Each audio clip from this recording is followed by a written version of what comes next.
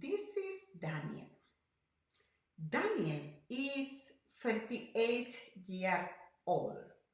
Over the years, he has changed jobs several times, not because he was fired, but because things always seemed to end badly.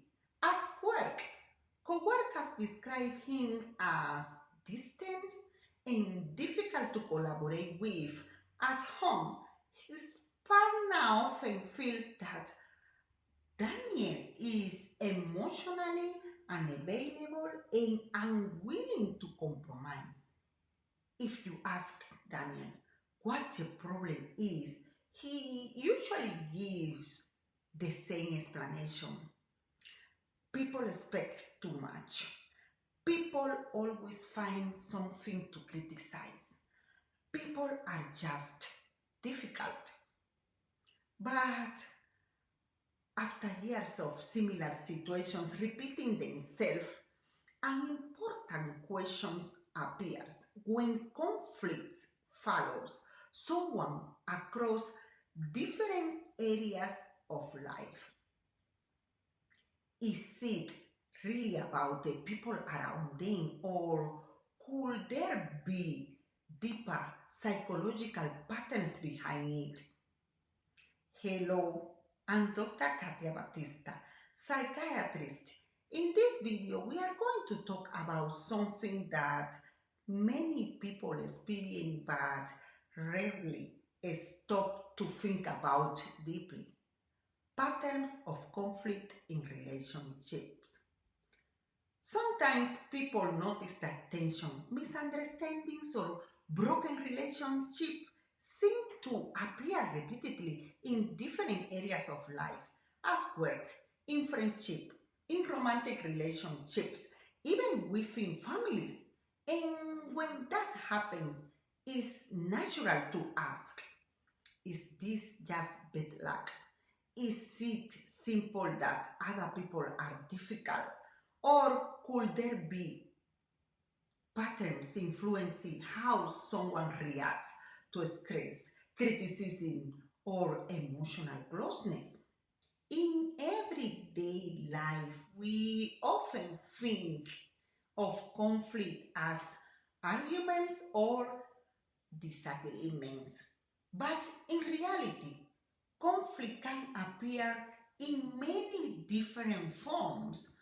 Sometimes it shows up as emotional distance, sometimes as tension that slowly builds over time, sometimes as relationships that repeatedly begin well but gradually deteriorate.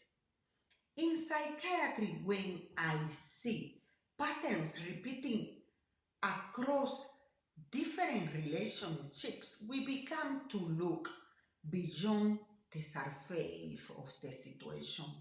We begin to ask what psychological mechanism may be shaping these reactions. One of the most common psychological factors behind repeated conflict is something we call emotional reactivity. Some people experience emotions very intensely, especially when they feel criticized, misunderstood, or rejected.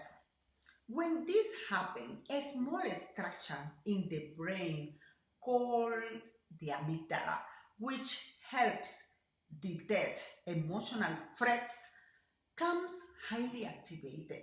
At the same time, areas involved in impulse control and reflection, particularly the prefrontal cortex, may temporarily lose influence. The result is that the reaction comes very quickly, sometimes before the person has time to pause and think about the situation calmly. does not automatically mean someone has a psychiatric disorder. Strong emotions are a normal part of being human. Let's imagine a situation at work. Helena works in a small office where her team is discussing how to improve an ongoing project. During the meeting, a colleague suggests changing part of Elena's proposal. For most people, this will simply be part of a normal discussion.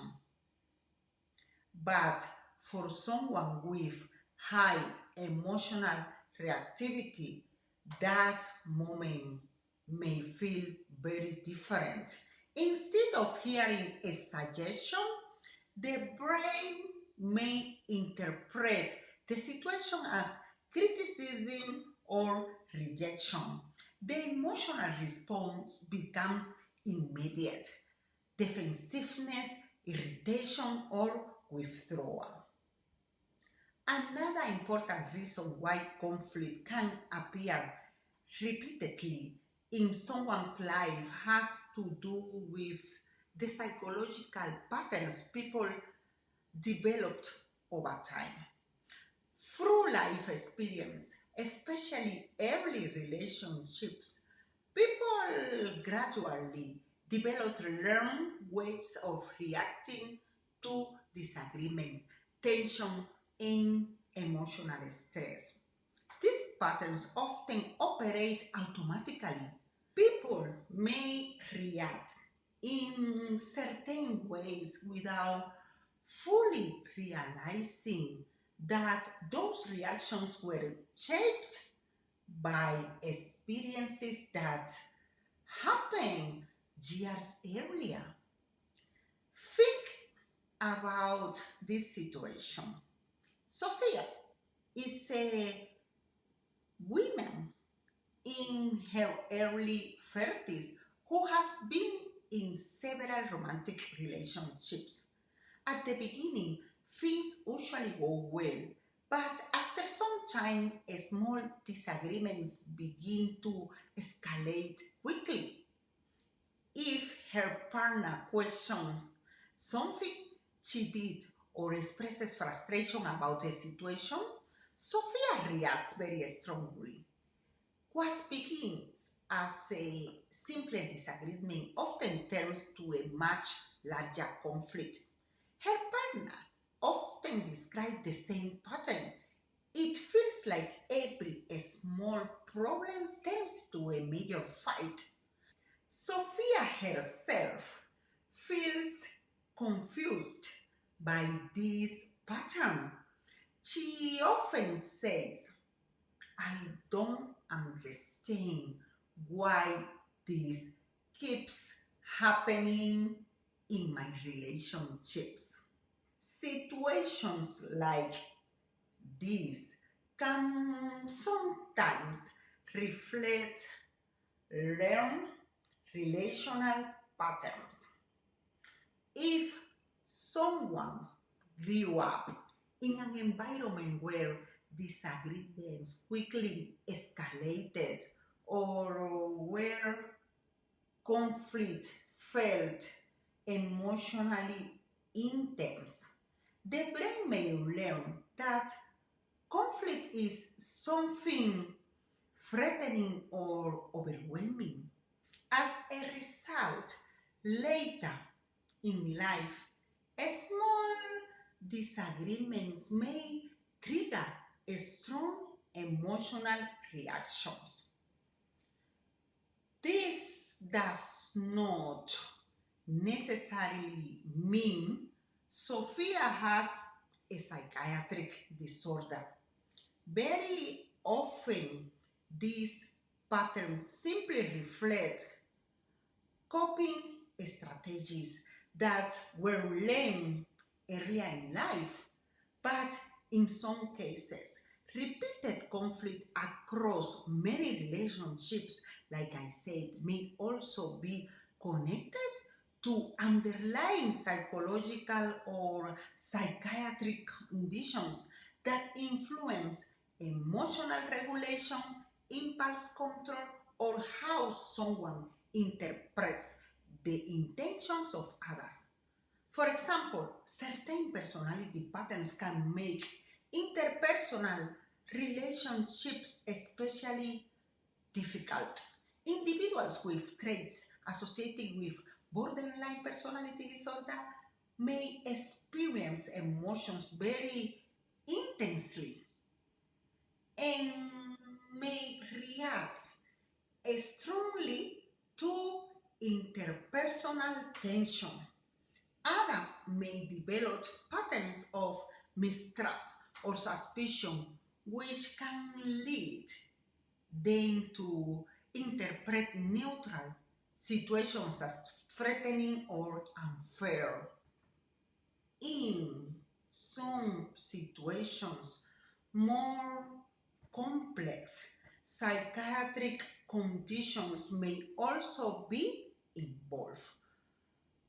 Individuals experiencing delusional belief may become convinced that others are intentionally harming or persecuting them. When this happens, it can lead to these recurrent conflicts with coworkers, family members, or institutions. In clinical practice, when a person describes the same conflict pattern appearing over and over, it often becomes important to explore whether deeper psychological dynamics may be playing a significant role. Understanding this distinction is really important because not every interpersonal conflict reflects a psychiatric disorder, like I said. Another factor that can contribute to recurrent conflict is the way people interpret the intentions of others. Human interactions are complex. Much of communication is indirect, emotional, and open to interpretation. Because of this, the meaning we assign to someone else's behavior can dramatically influence how we react. Now, picture this. Carlos is known in his family as a difficult person. During family meetings, during family events, a small conversation often turns into tense situations. If a relative suggests a different opinion or questions something he says, Carlos immediately feels that people are challenging him or trying to provoke him. From his perspective, he's simply defending himself. But from the perspective of the rest of the family, the situation feels very different. They feel that even normal conversations easily turn into arguments. Over time, relatives begin to avoid certain topics around him or sometimes avoid interacting with him altogether. And little by little, the family dynamic becomes shaped by anticipating conflict. In psychology, this pattern is often linked to what we call interpretation bias. Some people developed a tendency to interpret vague situations as negative or threatening. When this happens, neutral interactions can easily be perceived as intentional provocations or challenges. Most of the time, this reaction is not deliberate. The person genuinely believes they are responding to a real threat or disrespect. In psychiatry, we sometimes see more intense forms of these patterns. Some individuals developed persistent mistrust towards others, where they repeatedly believe that people around them are trying to harm, deceive, or undermine them. In more severe situations, these beliefs can even become fixed ideas that remain unchanged despite evidence to the contrary, which can lead to serious interpersonal conflicts. However, milder versions of these interpretation patterns are actually quite common in everyday life. What makes the difference is how rigid and persistent the pattern becomes when conflict seems to appear over and over and over. In many relationships, it can sometimes be helpful to pause and ask, am I reacting to what actually happened or to the meaning I am assigning to it? Sometimes that distinction is not as obvious as we think. Another factor that can lead to this is difficult with impulse control. Impulse control refers to our ability to pause before reacting, to create a small space between what we feel and what we do. In everyday life, this ability allows us to manage frustration, tolerate disagreement, and respond thoughtfully instead of reacting immediately. But when impulse control is weaker, emotions can move very quickly into actions. A person may say things they later regret, raise their voice suddenly, send an impulsive message, or react aggressively before fully thinking through the situation. And when this happens, conflict can escalate very quickly. Imagine this situation. Maria lives with her extended family.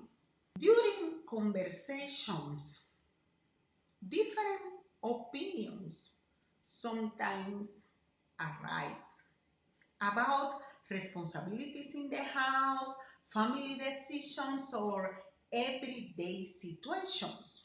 Most family members try to talk through the issue calmly, but Maria often reacts immediately.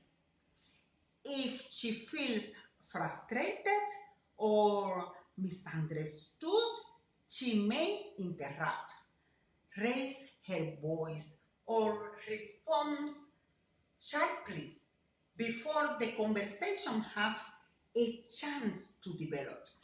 Later, she sometimes realized that her reaction was stronger than the situation required. But by then, the conflict has already escalated. Over time, family members begin to anticipate these reactions, and the cycle of conflict continues because it's what happens every time. Impulse control plays an important role in how people manage interpersonal tension. This does not necessarily mean that the person lacks good intentions. Often the reaction simply happens faster than reflection. In psychiatry, difficulties with impulse control can appear in several conditions. For example, some personality patterns, particularly those associated with borderline personality disorder I mentioned before. But in this part also is important because can involve intense emotions combined with difficult regulated impulse reactions. Also, in conditions such ADHD, severe stress, emotional exhaustion, or other situations where the brain's ability to slow down reactions becomes compromised. Reacting is immediate. Responding involves a pause. And sometimes that brief pause can completely change the direction of a conversation. Understanding these different psychological factors can help us see conflict from other perspective. Because behind many conflicts, there are these psychological processes at play. So, what can you actually do about them? The answer depends on the underlying cause. Sometimes these conflict patterns are simply learned behaviors that developed over time. And the good news is that the brain is capable of learning new ways of responding. Through greater self-awareness and intentional practice, people can gradually develop healthier ways of handling disagreement, frustration, and emotional tension. In other situations, especially when these patterns are intense and persistent, professional help can be extremely valuable. Psychological therapy such as cognitive behavioral therapy, CBT, can help people recognize automatic reactions and develop more constructive responses. In cases where emotional intensity and impulsivity are particularly strong, such as patterns often seen in borderline personality disorder, therapies like dialectical behavior therapy, DBT, can be especially helpful. These therapies focus on skills such as emotional regulation, distress tolerance, and healthier interpersonal communication. If conflict patterns are linked to mood disorders, psychotic conditions, or other psychiatric illnesses, appropriate medical treatment may also be necessary. This may include psychotherapy, like I said, but also medication or combination of both. The goal is always the same: to help the person regain stability, insight, and healthier relational patterns. For people dealing with someone who has these patterns, many people watching this video may recognize someone else in these descriptions: a coworker, a partner, a family member. In these situations, it becomes important to focus on boundaries and emotional clarity. Not every conflict can be solved by trying harder to explain or defend yourself. Sometimes the healthiest step is learning when to set limits, protect your emotional space, and avoid being pulled into repeated cycles of escalation. The most important thing to remember is this: repeated conflict is rarely just about the surface, the surface argument. Very often, deeper emotional patterns, learned reactions, or psychological processes are involved. And understanding those patterns is often the first step toward changing them. If this topic helped you better understand patterns of conflict in relationships, work environments, or family dynamics, consider sharing this video with someone who might find it helpful. And if you are interested in learning more about the psychology and psychiatry behind everyday human behavior, make sure to subscribe to my channel. Thank you for watching, and I'll see you in the next video.